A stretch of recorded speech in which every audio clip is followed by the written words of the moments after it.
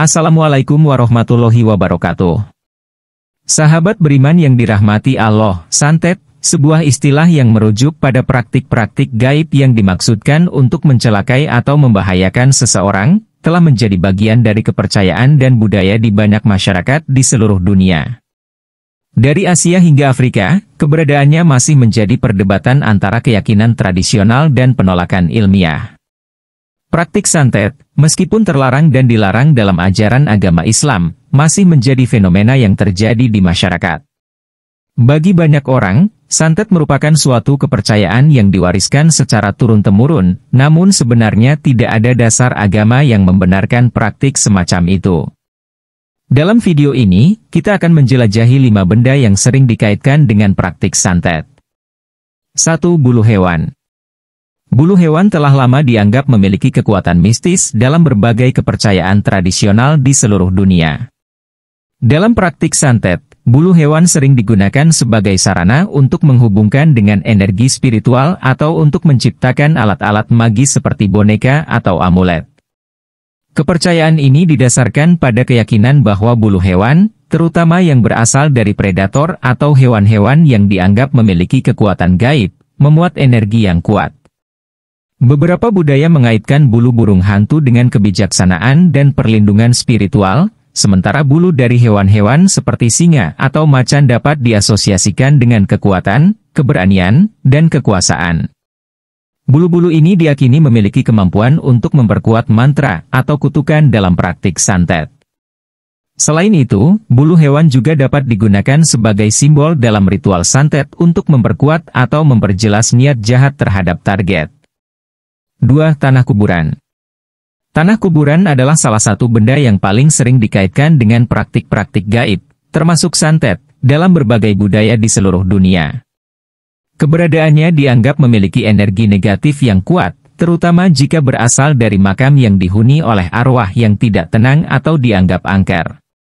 Dalam praktik santet, tanah kuburan sering digunakan sebagai bahan untuk membuat ramuan atau sebagai simbolisme dalam ritual untuk meningkatkan kekuatan dan efektivitasnya. Penggunaan tanah kuburan dalam santet diyakini dapat memperkuat ikatan spiritual antara praktisi dan target, serta mengarahkan energi negatif atau kutukan kepada target tersebut. Selain itu, tanah kuburan sering juga dicampurkan ke dalam benda-benda seperti lilin atau patung untuk meningkatkan kekuatan magisnya. Meskipun kontroversial, keberadaan tanah kuburan dalam praktik santet mencerminkan kepercayaan akan kekuatan spiritual dari alam baka dan arwah yang meninggalkan jejaknya di dunia fisik. 3. Jamur beracun.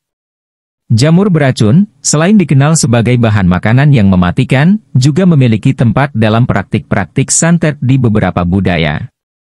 Beberapa jenis jamur, terutama yang tergolong dalam genus Amanita, memiliki sifat-sifat halusinogenik dan mematikan.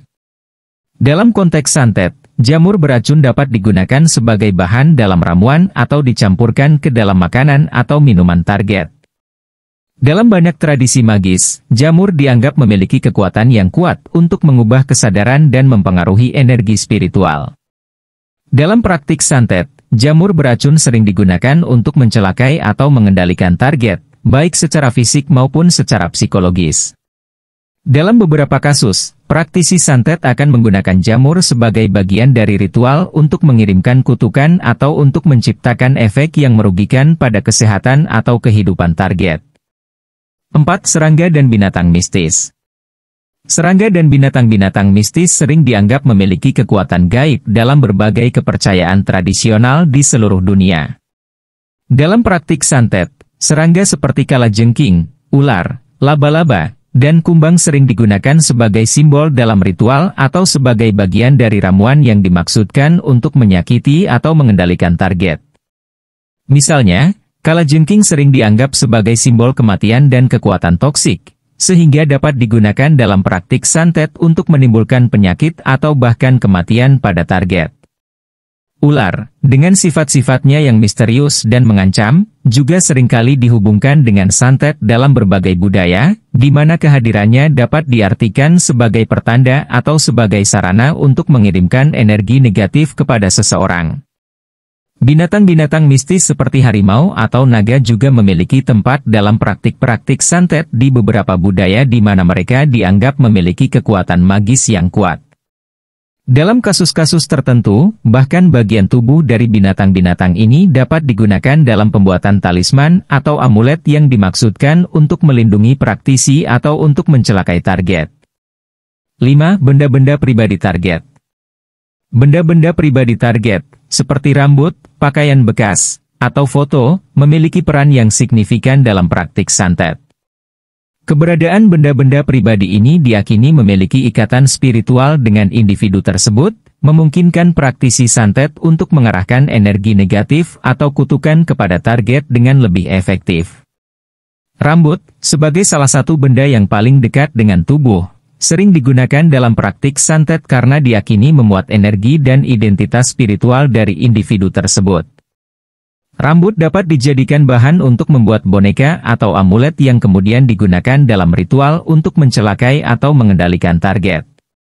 Selain rambut, pakaian bekas atau foto juga sering digunakan dalam praktik santet untuk meningkatkan kekuatan spiritual dari kutukan atau mantra yang diarahkan kepada target.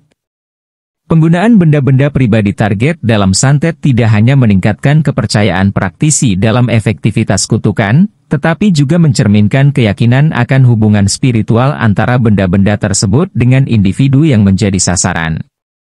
Dalam beberapa kasus, benda-benda pribadi ini juga dapat digunakan sebagai sarana untuk memantau atau mempengaruhi kehidupan sehari-hari target, sehingga meningkatkan rasa ketakutan dan kebingungan pada mereka yang menjadi korban praktik santet. Sahabat beriman yang dirahmati Allah, dalam Islam, praktik-praktik seperti santet tidak hanya dianggap sebagai perbuatan jahat, tetapi juga merupakan bentuk kesyirikan yang sangat dilarang. Al-Quran dan hadis Rasulullah dengan jelas menunjukkan bahwa kepercayaan pada sihir adalah tindakan yang bertentangan dengan keyakinan monoteis dan tawakal kepada Allah Subhanahu wa Ta'ala. Sebagai gantinya, Islam mendorong umatnya untuk mengandalkan doa, takwa, dan tawakal kepada Allah dalam menghadapi segala macam cobaan dan musibah. Demikian yang dapat saya sampaikan, semoga bermanfaat. Wassalamualaikum warahmatullahi wabarakatuh.